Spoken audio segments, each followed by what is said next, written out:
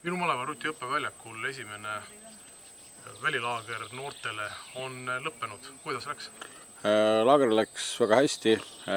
Kõik planeeritud tegevused, mis meil olid, kõik planeeritud tegevused said läbi viidud. On alati rõõm tulla Rutile. See koostöö on nüüd siis 3. aasta juba ja see on igati sujunud väga hästi. Ehk siis ma tulen alati hea meelega siia oma õpilastega. Mis sulle siin kõige rohkem meelde jäi või meeldis?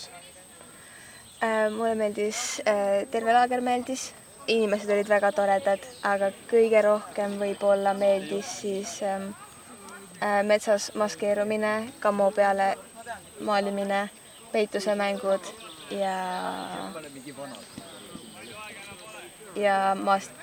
takistusraja läbimine.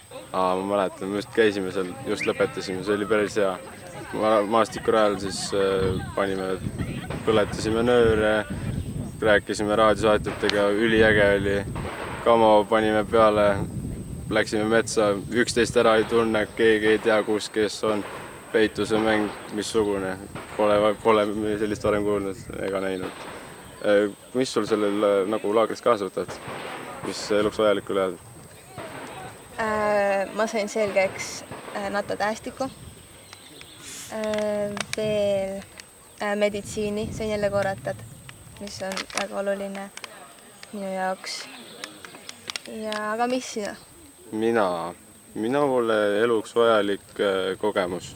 Kindlasti uute inimestega tutvumine, pead teistega rääkima, siis kindlasti see, kui väga raske see sõjaväelase vorm on, isegi kui meil oli see kergendatud, siis kindlasti head sõbrad, uued tuttavad, ma ei tea, ma olen selline sotsiaalne inimene, mulle meeldib jutustada.